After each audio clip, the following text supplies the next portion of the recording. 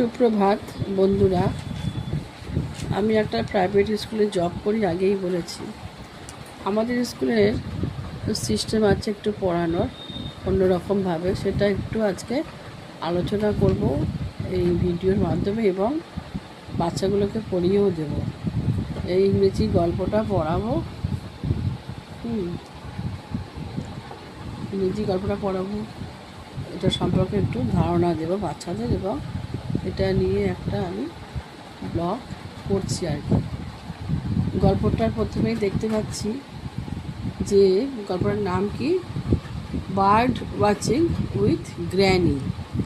আচ্ছা, এখানে বলেছে how many difference can you find in the two pictures, circle the difference in picture B.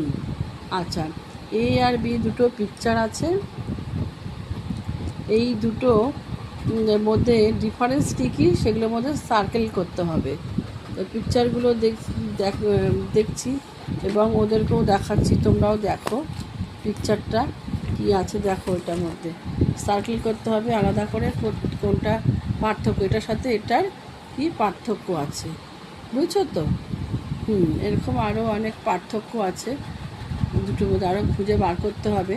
এখানে একটা হলুদ রঙের পাখি না কুকুর বসে আছে, এখানে একটা ছোট্ট বিড়াল, বা এটাও ছোট্ট বিড়াল, বুঝেছো?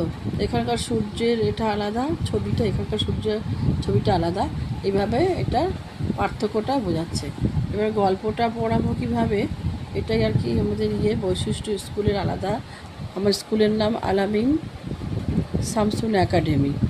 এখানে প্রথমে বাচ্চাদের ছবি দেখানো হয়, যে কোনো সাবজেক্ট পড়ানো হয় যখন, বাংলা, ইংলিশ বা ইভিএস সবই।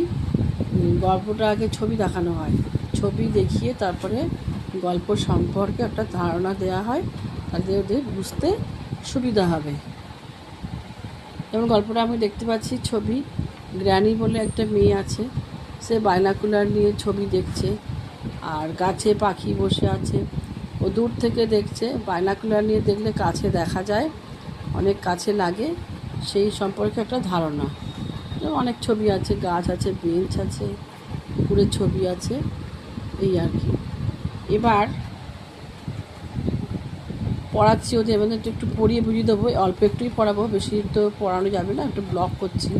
Mina and granny are at the park today. Meena এবং গ্র্যানি আজকে পার্কে কি গেছে। গ্র্যানি